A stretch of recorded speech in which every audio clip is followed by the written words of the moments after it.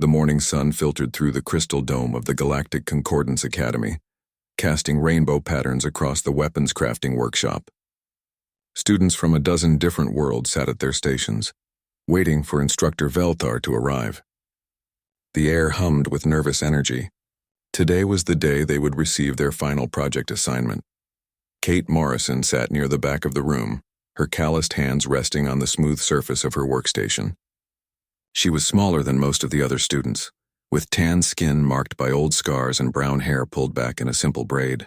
Her eyes, a light gray color, watched everything with a quiet intensity that made her alien classmates uncomfortable. She had learned in her first week at the academy that humans made others nervous, so she tried to stay quiet and out of the way.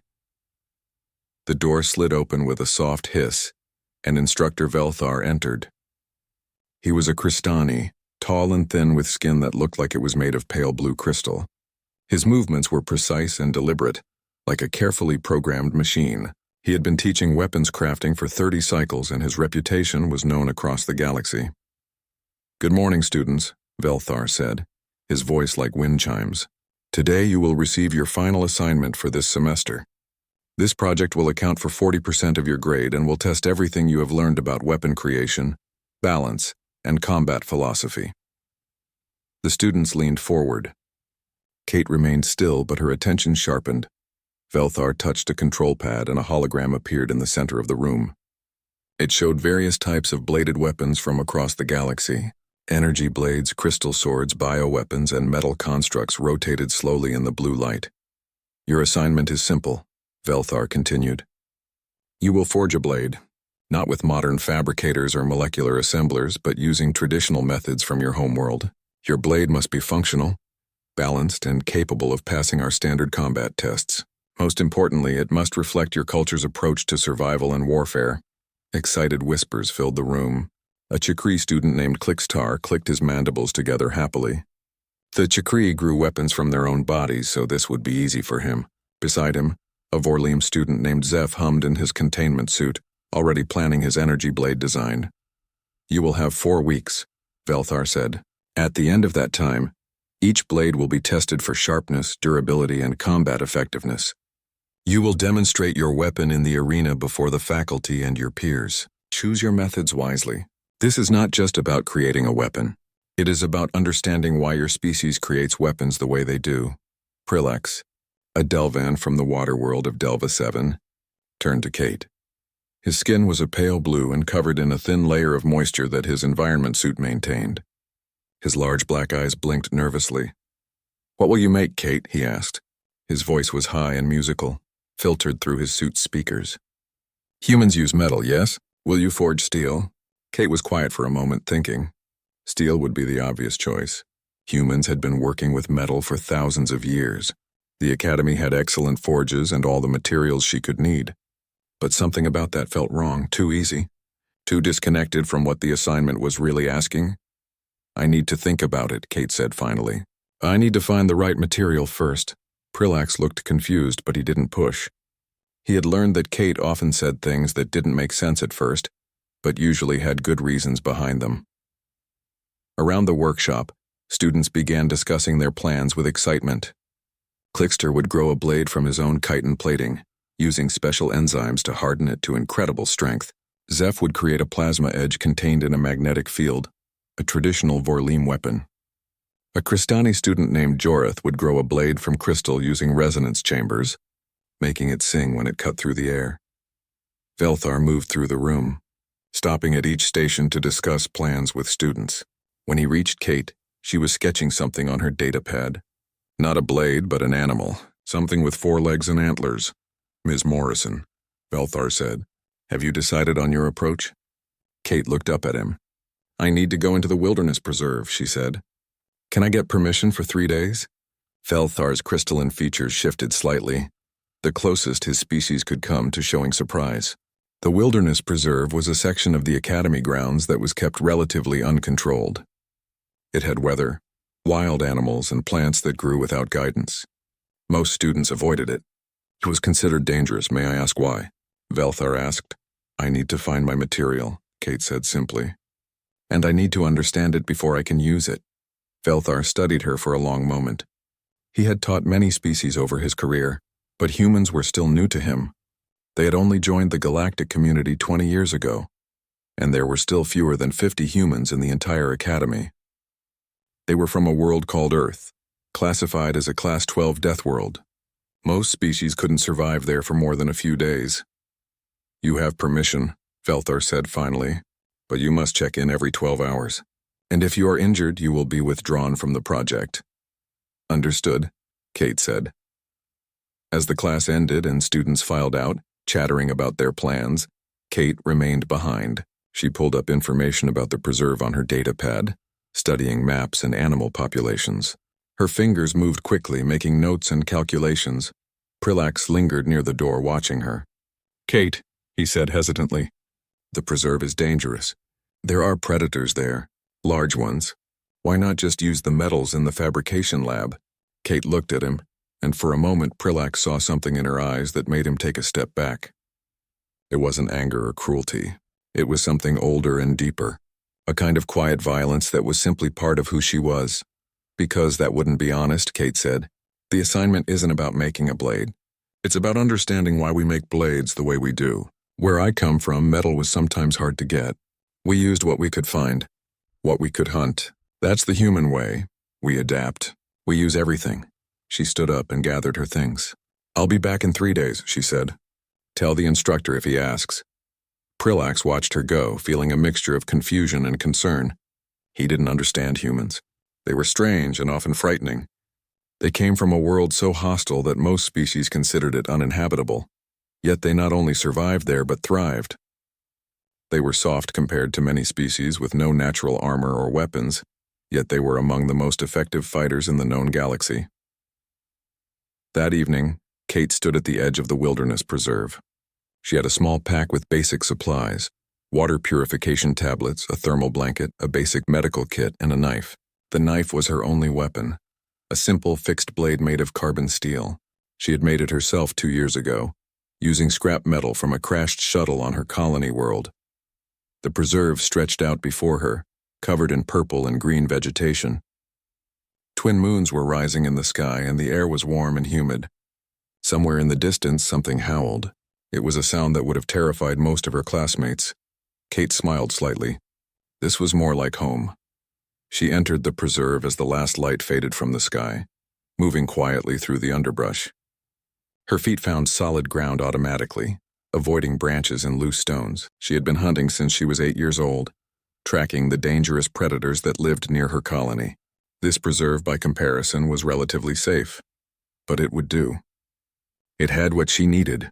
Somewhere in these woods was a creature the Academy called a cervid. It was large, about the size of an earth elk, with 6 legs and branching antlers. It was an herbivore but could be aggressive if cornered. More importantly, it had dense, strong bones. Bones that, if properly treated, could be harder than most metals. Kate found a good spot to make camp, a small clearing near a stream. She didn't make a fire. Fire would scare away the animals she needed to find. Instead, she sat in the darkness listening to the sounds of the preserve. She ate dried rations and drank water from the stream, filtered through her purification tablets. As she sat there, she thought about the assignment. The other students would make impressive weapons. High-tech, beautiful, deadly. They would use the best materials and the most advanced techniques their cultures had developed. But Kate understood something they didn't. The best weapon wasn't always the most advanced one. The best weapon was the one you could make with what you had, the one you understood completely because you had created it from nothing, the one that carried a piece of you in it. She thought about her home, the colony on Earth's northern frontier. Life there was hard. The planet tried to kill you every day through weather, predators, disease, or simple bad luck. Metal was valuable and often scarce. Her people had learned to use bone, stone, wood, and hide. They had learned the old ways. The ways humans had used for thousands of years before they discovered metal. Tomorrow, she would begin tracking the cervid. She would study it, learn its patterns, and then she would hunt it, not with high-tech weapons or fancy equipment, with her hands, her brain, and her will to survive. Kate woke before dawn, as she always did. The habit was burned into her from years of colony life, where the early morning was often the safest time to move around. She packed her camp quickly and efficiently, leaving no trace that she had been there. Then she began to track. The cervid left signs everywhere once you knew what to look for. Broken branches at a certain height, disturbed soil where their 6 legs had passed, droppings that were still fresh. Kate moved through the preserve like a ghost, reading the forest the way others might read a book. By midday, she had found a game trail. The cervids used this path regularly, moving between a water source and a feeding ground. Kate studied the tracks carefully, measuring them with her hands. She was looking for a specific animal. Not the biggest, but a large, healthy adult. One with strong bones. She found a good spot and began to prepare. The cervids would come through here in the evening when the temperature cooled. Kate had maybe 6 hours. She spent that time gathering materials and setting up. She wove a snare from flexible branches using techniques her grandfather had taught her. She dug a shallow pit and covered it with loose soil and leaves. She prepared 3 different traps along the trail, each one designed to slow or injure her target. This was how humans had hunted for thousands of years before technology. With patience, intelligence, and the ability to think several steps ahead of their prey. Kate's hands moved with practiced confidence. She had done this before many times. On Earth, if you wanted to eat, you learned to hunt. As the sun began to set, Kate climbed a tree near the trail and waited. She had rubbed mud on her skin and clothes to hide her scent. She controlled her breathing, making it slow and quiet. Below her, the forest grew darker and the sounds changed. Night creatures began to move, then she heard them. The soft thunder of multiple legs moving through the underbrush. The cervids were coming. There were 5 of them. 3 adults and 2 younger ones. They moved cautiously, the lead animal stopping frequently to test the air. Kate remained perfectly still. One of the younger animals stepped near her first trap and jumped away when it sensed something wrong. The others became alert, their large ears swiveling. Kate didn't move. She had time. She could wait all night if needed. That was another human advantage. Patience. The ability to remain uncomfortable for hours waiting for the perfect moment. The cervids relaxed after a few minutes and continued along the trail. The lead animal, a large male with impressive antlers, moved forward. His rear left leg caught Kate's snare. The loop tightened and he reared back, pulling against it. The other animals bolted, crashing through the underbrush in panic. The male thrashed, trying to free himself. The snare held. Kate dropped from the tree, landing in a crouch.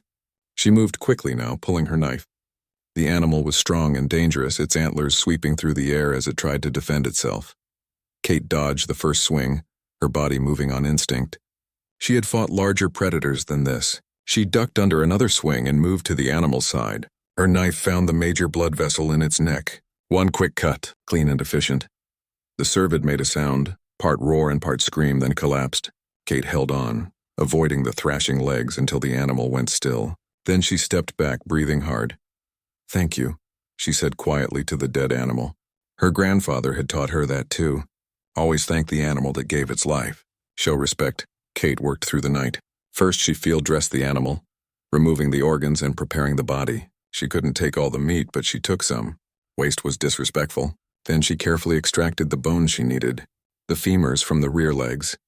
Long, thick, and strong. By morning, she was carrying 2 large leg bones wrapped in hide, along with strips of meat and the animal's thick pelt. She was covered in blood and exhausted, but satisfied. She had what she needed. She checked in using her communicator, letting the academy know she was fine. Then she made her way back, taking her time, resting when needed. She reached the edge of the preserve by late afternoon of the 2nd day. On the morning of the 4th day, when she was supposed to return, Kate walked into the weapons crafting workshop.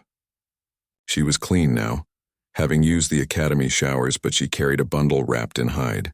The smell hit the room first: organic, animal, death. Students looked up from their work. Several stood and moved away. Perlax's eyes went wide with shock. Kate set her bundle on her workstation and unwrapped it. 2 large bones, already cleaned of most tissue but still raw and organic, lay on the metal surface. Next to them was the hide, carefully scraped and treated. "What is that?" Jorith demanded, his crystal body flashing with disturbed colors. "That is disgusting." Belthar appeared from his office, drawn by the commotion.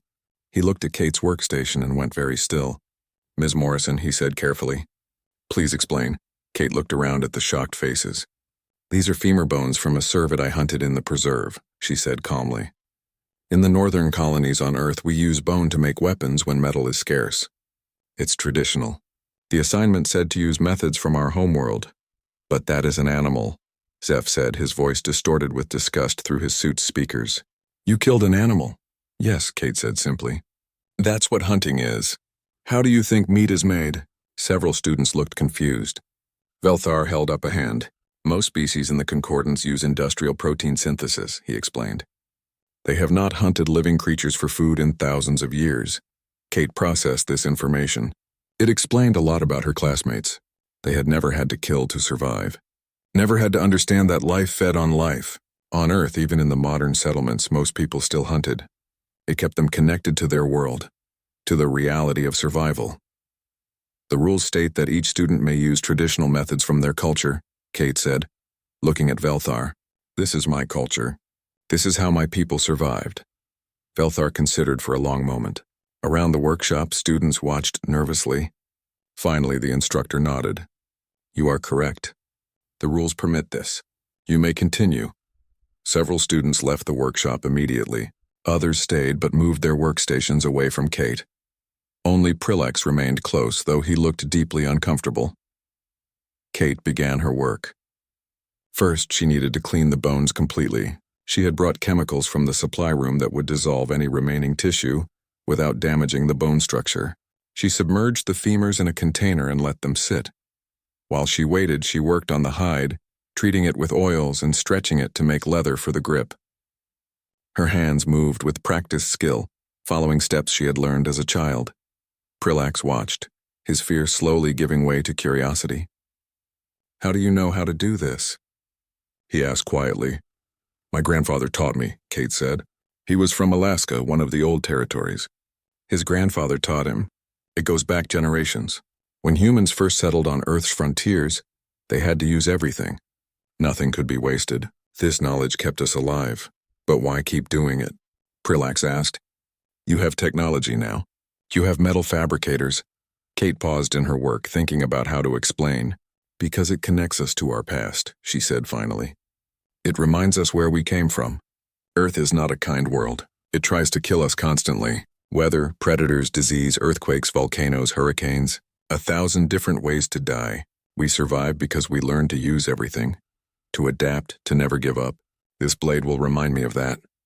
Over the next week, Kate transformed the bones. She cut one femur down to the size she wanted, about 14 inches long. She used files and grinding stones to shape it, working slowly and carefully. The bone was incredibly dense, harder than she had expected. Good. That meant it would hold an edge. She used a process called fire hardening, heating sections of the bone in a small forge and then cooling them rapidly. This changed the structure of the bone at a molecular level, making it even stronger. Then she began the long process of sharpening the edge, using progressively finer stones until the edge caught light like glass. She carved a groove along the back of the blade for blood to flow through, a practical touch that also served to reduce weight. She shaped the tang and attached it to a handle made from the remaining bone, wrapping it with the treated leather for grip. As she worked, something strange happened. Other students began to watch. At first, they kept their distance, repulsed by the organic nature of her work. But gradually, curiosity overcame disgust. They started asking questions. Why did she heat the bone that way? How did she get the edge so sharp? What was the purpose of the blood groove? How much weight could bone support before breaking? Kate answered patiently, explaining each step. She talked about stress points and grain direction in bone, about how different treatments affected the material properties, about the balance between flexibility and hardness. Joreth, the Kristani student, was the first to openly acknowledge what they were all seeing. This should not work, he said, scanning the blade with his equipment. The molecular density is comparable to advanced alloys. How is this possible? Bone is already an amazing material, Kate explained. It's designed by evolution to be strong, light, and slightly flexible. It can absorb impacts. The arena was packed. Word had spread about the human girl who had hunted and killed an animal to make her weapon, and now everyone wanted to see what would happen. Students from every department filled the stands.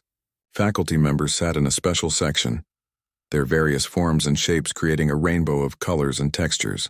Even some off-world dignitaries had come, curious about the humans and their strange ways. Kate stood in the preparation area with the other students from her weapons crafting class. Her bone blade hung in a simple leather sheath at her side, She wore plain gray training clothes, unlike some of the other students who had dressed in traditional armor from their homeworlds.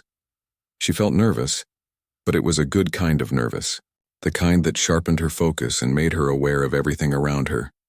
This was familiar. She had competed in combat trials back on Earth in her colony's annual games. This was just another test. Velthar entered the preparation area, his crystalline form glittering under the lights. "Students," he said, his voice carrying easily. "You will be called one at a time. First, your blade will undergo material testing. We will assess sharpness, durability, and edge retention. Then you will demonstrate its use in combat against training drones. The drones are set to medium difficulty. They will attempt to strike you, but are programmed not to cause serious injury. You may not use your blade to destroy the drones, only to defend and demonstrate proper technique. Do you all understand?" The students nodded or made whatever gesture their species used for agreement. Zeph was called first. The Vorleem floated into the arena, his containment suit humming softly. In his manipulators, he carried a blade made of pure energy, contained in a magnetic field. It glowed brilliant blue and hummed with power. The material tests were impressive. The energy blade cut through everything placed before it. Metal, plastic, ceramic, even a block of compressed carbon. Each material fell apart cleanly where the blade touched it. The crowd murmured with appreciation. Then came the combat demonstration. 3 drones entered the arena, moving on anti-gravity lifts, each carrying a shock stave.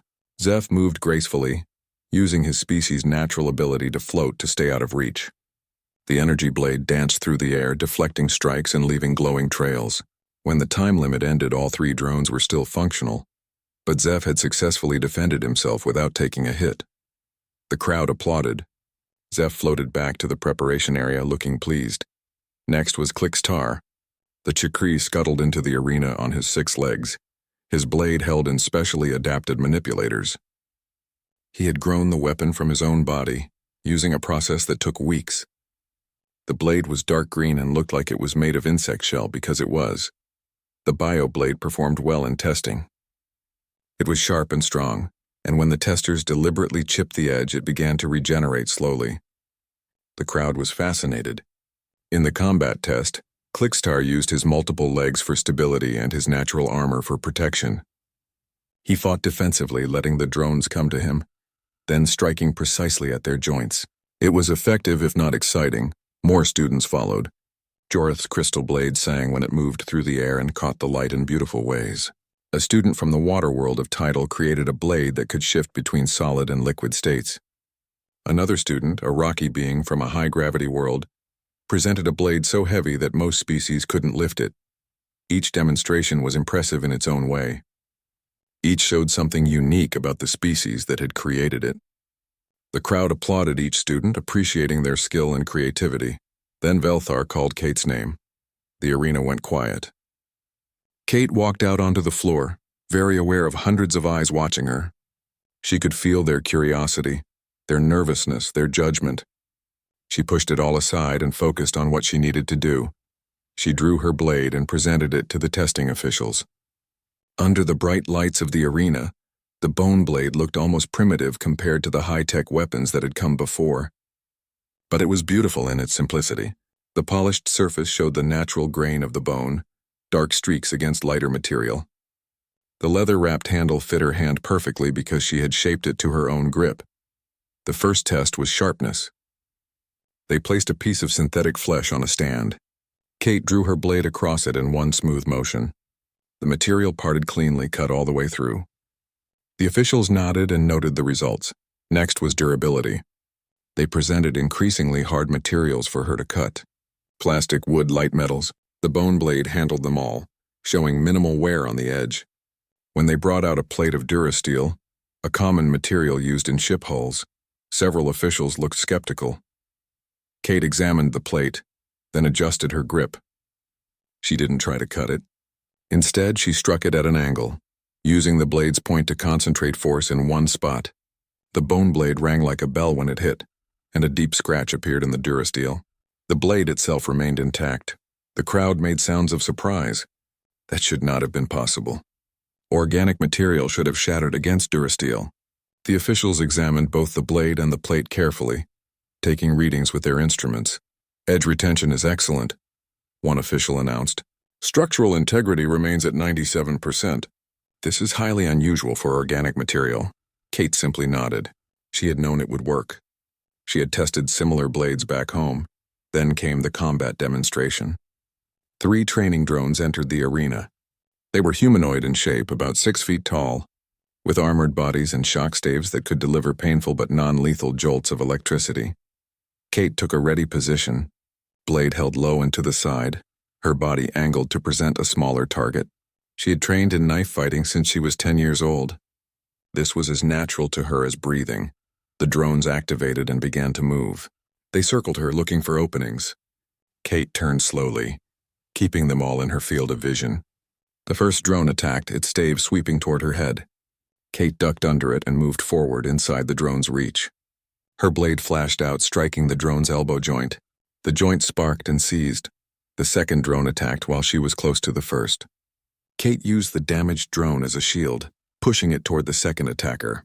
They collided, and she used those 2 seconds to circle to better ground. The third drone tried to flank her. She spun, her blade deflecting its stave, then kicked at its knee joint. The drone stumbled. What followed was 2 minutes of controlled violence. Kate moved like water, never where the staves were trying to hit, always moving to positions of advantage. She didn't try to destroy the drones as the rules stated. Instead, she systematically disabled them. Joint strikes that limited mobility, precise cuts to sensor arrays that blinded them, using them against each other when possible. Her blade sang through the air, the sharp edge catching light. Every strike had purpose. Every movement was efficient. There was no wasted motion, no unnecessary flourishes, just clean, practical fighting. When the time limit ended, all 3 drones were still technically functional, but they were severely hampered. One couldn't use its right arm. Another's visual sensors were damaged. The third had limited mobility in both legs. The arena was silent for a moment.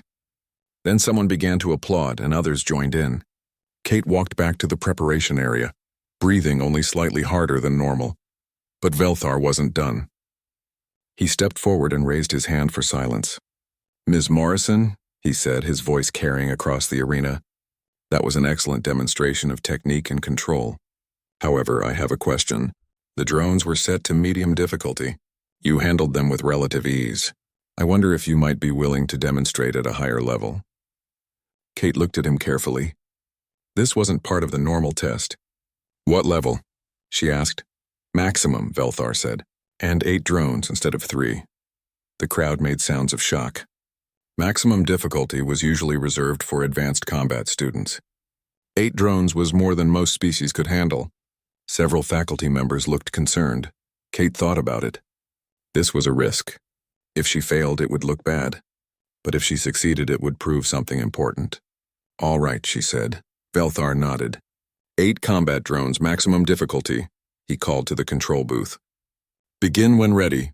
8 drones entered the arena. They moved faster than the previous ones, more aggressive in their programming. They spread out immediately, surrounding Kate from all sides. Their staves crackled with energy. Kate took a breath and centered herself. This was going to hurt. She couldn't avoid 8 opponents at maximum difficulty without taking some hits, but that was fine. Pain was temporary. This was about showing them what a human could do. The first drone attacked without warning, faster than any of the previous ones. Kate barely dodged, feeling the stave pass close enough to make her hair move. She couldn't fight defensively against this many. She had to be aggressive, reduce their numbers. She moved forward, not back. Charged directly at the closest drone. It raised its stave to block, and she changed direction at the last second, blade striking low at its ankle joint. The joint shattered and the drone fell. 2 more attacked simultaneously. Kate rolled under their strikes came. 3 days after the arena demonstration, Kate was summoned to Instructor Velthar's office. She had spent those days recovering from her injuries and repairing her blade. The chips in the edge had been carefully filed down and resharpened. The weapon was now slightly shorter, but still perfectly functional. That was another lesson her grandfather had taught her. A weapon that could be repaired was worth more than one that couldn't. Velthar's office was unlike any other space at the Academy. The walls were covered with weapons from across the galaxy, each one mounted carefully with information about its origin and purpose. Some were ancient, others relatively new. All of them told stories about the species that had created them. The instructor was standing by the window when Kate entered, looking out at the academy grounds. He turned as she approached, his crystalline features reflecting the afternoon light. "Ms. Morrison," he said, "thank you for coming. Please sit." Kate sat in one of the chairs designed for humanoid species. She was still sore, though the medical treatment had helped considerably. Humans did heal fast compared to many species, but bruised ribs still took time. "I wanted to speak with you about what happened in the arena," Velthar said. He moved to his desk but didn't sit. His species rarely sat. "Your performance was remarkable, but it also raised some concerns among the faculty." Kate had expected this. "I broke the rules," she said quietly. "I was too aggressive with the drones." "No," Velthar said, surprising her. "You followed the rules precisely. You did not destroy the drones, only disabled them. But that is not what concerns the faculty. They are concerned because you have killed before. In real combat. Not training. Not simulation. Real violence against real opponents." He said it as a statement, not a question. Kate felt her stomach tighten. She had hoped this wouldn't come up. "Yes," she admitted. "Tell me," Velthar said gently. "Please. I need to understand." Kate was quiet for a long moment, choosing her words carefully. "My colony is in the northern frontier of Earth," she began. "It's remote, hard to reach. We have technology, but resources are limited, and we have problems that technology can't always solve." She looked down at her hands. They were calloused from work, scarred from old injuries. "Pirates sometimes raid frontier colonies. They think we're easy targets because we're far from major settlements. And the wildlife on Earth doesn't care that we're supposedly the dominant species. Predators attack livestock, sometimes people. There are also territorial disputes with other colonies, though those usually don't get violent." "How old were you?" Velthar asked. "The first time." 12, Kate said. "Pirates attacked our colony. They had weapons in numbers.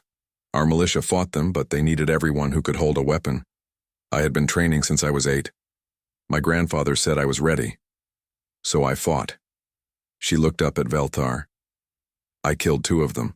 Both were trying to kill my neighbors. I didn't want to. I had nightmares for months after. But they were going to kill people I cared about, and I could stop them. So I did." Velthar processed this information. "And the faculty is concerned that you might be dangerous, that you might hurt other students." "I would never hurt anyone here," Kate said firmly. "There's a difference between fighting to survive and fighting for no reason. I understand that difference very well." "I know," Velthar said. "I have been watching you carefully since you arrived at this academy. You are always controlled, always aware of your strength. You pull your strikes in training, you help students who struggle. You are not violent. You are simply capable of violence when necessary. There is a difference." He moved to one of the weapons on his wall, a curved blade with a handle wrapped in wire. "This is from my home world," he said. "From before we achieved spaceflight when the Cristani still fought wars. I keep it to remember where we came from, to remember that civilization requires constant effort. We must always choose peace over violence, even when violence would be easier." He turned back to Kate. "Most species in the Concordance have forgotten this lesson. They come from worlds that were tamed long ago. They have not faced real danger in thousands of years. Their wars are distant history. But humans remember. Earth remembers. And that makes many people uncomfortable." "I'm sorry," Kate said, though she wasn't sure what she was apologizing for. "Don't be," Velthar said. "The galaxy needs to be uncomfortable sometimes. We have grown soft in our safety. We assume peace is the natural state of things, but it is not. Peace is something we must work for, fight for, protect. And sometimes, to protect peace, we must be capable of violence." He sat down finally, folding his long limbs into a meditation position. "I called you here to tell you that your project received the highest score in the class, not because your blade was the most technologically advanced, but because it taught everyone a lesson about survival, adaptation, and cultural identity. Your weapon and your demonstration forced students from safe worlds to confront the reality that Not everyone has had their advantages. Kate felt relief wash over her. She had worried that the faculty would see her as a problem, something to be controlled or expelled. However, Velthar continued, I also want to offer you an opportunity. Several students have approached me asking if you would teach them. Not weapons crafting, but practical survival skills. Hand-to-hand combat. Primitive weapon use. The things humans learn growing up on Earth. Kate blinked in surprise. They want to learn from me? Many of them have never faced real physical challenges, Velthar explained. They train in simulators and controlled environments. They study combat theory. But they have never been in a situation where their survival depends on their ability to think and adapt. You have. You can teach them something no simulator can provide. The mindset of survival. I don't know, Kate said slowly. I'm not a teacher. I'm just a student myself. The best teachers are often those who are still learning, Velthar said. Think about it. You would not be required to do this. It would be voluntary, perhaps 2 evenings per week. A small group, no more than 10 students. I would supervise to ensure safety. Kate thought about her classmates, most of whom had been afraid of her at first. She thought about Prillax, who was fascinated by Earth despite being terrified of it. She thought about Jorith, who had called her weapon disgusting but later admitted it was effective. Could she teach them? Should she? I'll do it, she said finally, but on one condition. They have to understand that this won't be easy. I won't go easy on them because they're from safe worlds. If they want to learn how humans survive, they have to be willing to work for it. Velthar's crystalline features shifted in what might have been a smile. I would expect nothing less. I will announce the opportunity and let students volunteer. We will begin next week. As Kate stood to leave, Velthar spoke again. One more thing, Ms. Morrison. You asked in your demonstration why we needed to understand that not everyone comes from safe worlds. I have been thinking about that question. Do you know the answer? Kate paused at the door. I think so, she said. It's because the galaxy is big, really big, and not all of it is safe. The Concordance has been lucky. They've had peace for a long time, but peace doesn't last forever. Eventually they'll meet something dangerous, something that doesn't care about their laws or their philosophy. When that happens, they'll need to remember that survival isn't guaranteed. You have to fight for it. Exactly, Velthar said quietly. The galaxy is vast, and we have explored only a small portion of it. We have encountered many species, most of them peaceful, but statistical probability suggests we will eventually meet something that is not peaceful. Something that sees us as prey or competition. When that day comes, having humans in the Concordance might be what saves us all. Kate left the office with a lot to think about. She had come to the academy to learn, to prove that humans could fit in with galactic society. She hadn't expected to become a teacher herself, but maybe that was part of being human. Adapting to unexpected situations, taking on roles you never planned for. That evening, Prillax found her in the common area, reading on her datapad. Is it true? He asked excitedly. You are going to teach combat classes? Survival classes, Kate corrected. Combat is just part of it. But yes, apparently I am. I want to join, Prillax said immediately. I know I am not strong like you. My species is not built for fighting. But I want to understand.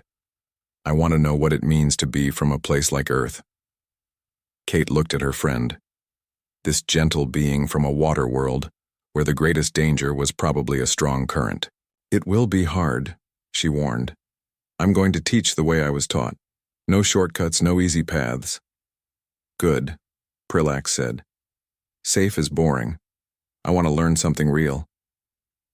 Over the next few days, more students approached Kate. Some were from her weapons crafting class. Others had just heard about the arena demonstration. They came from various species, various worlds, with various reasons for wanting to learn. Clickstar, the Chikri, wanted to understand human combat philosophy. Jorith, the Cristani, admitted he had never been in a real fight and thought he should learn. A student named Lisa Bennett, another human from a different colony, wanted to train with someone who understood Earth's challenges. Even Zeph, the Vorleem, expressed interest, though. The training room was larger than Kate had expected, with padded floors and walls to prevent injury.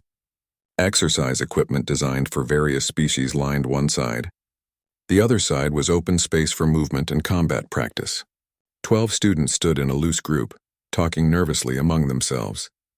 They wore simple training clothes and looked both excited and uncertain. Kate entered carrying her bone blade in its leather sheath. She had repaired it fully, and it was as sharp as the day she had finished it.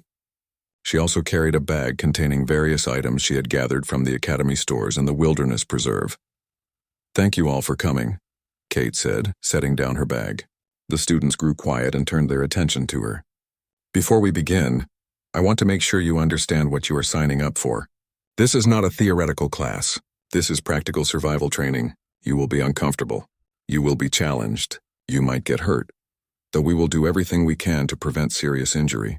If anyone wants to leave, now is the time." No one moved. Kate nodded, satisfied. "Good. Then let's start with the most important lesson. Anyone can tell me why humans are considered unusual in the Concordance?" Prillax raised a hand tentatively. "You are from a deathworld." "A Class 12 planet." "Correct," Kate said. "Earth is classified as one of the most hostile inhabited planets in known space. But why does that matter? Why should you care where I come from?" The students looked at each other, uncertain. Finally, Jorth spoke. "Because it made you different. It made humans different. You think about survival in ways we do not." "Exactly," Kate said. She pulled her bone blade from its sheath and held it up. "This weapon represents that difference. Most of you created blades using advanced technology, energy fields, molecular assembly, crystalline growth. Your weapons were superior to mine in almost every measurable way. But I want you to think about something.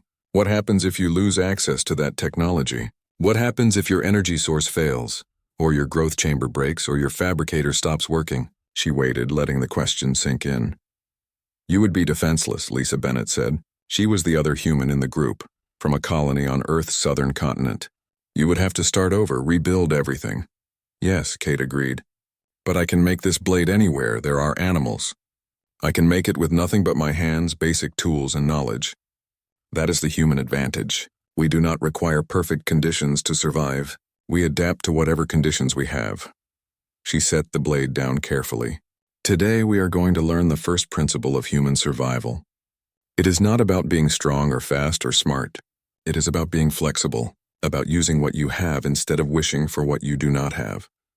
Kate reached into her bag and pulled out various objects: sticks, stones, pieces of rope, strips of cloth. She distributed them to the students. "You each have materials. I want you to make a weapon. Any weapon. Use only what I have given you and what you can find in this room. You have 20 minutes. The students looked at their materials in confusion.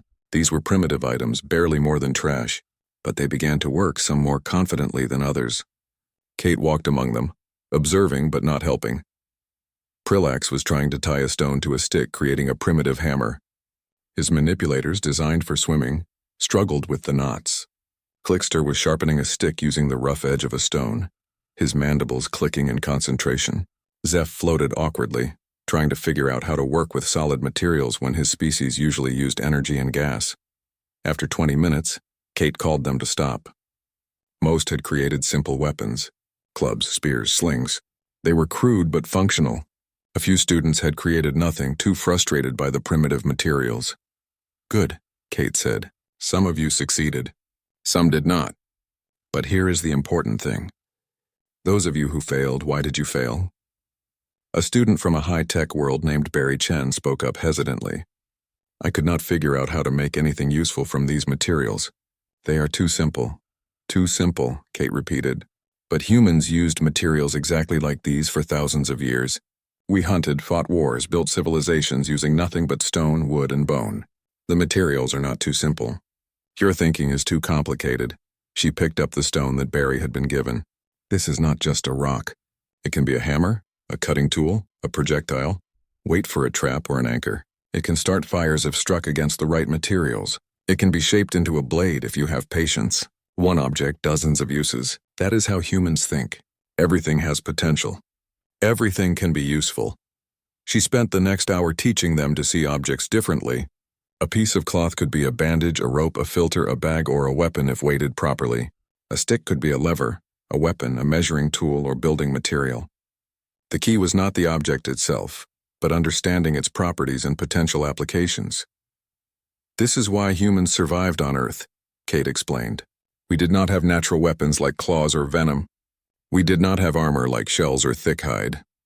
We were soft and weak compared to many predators. But we had something better.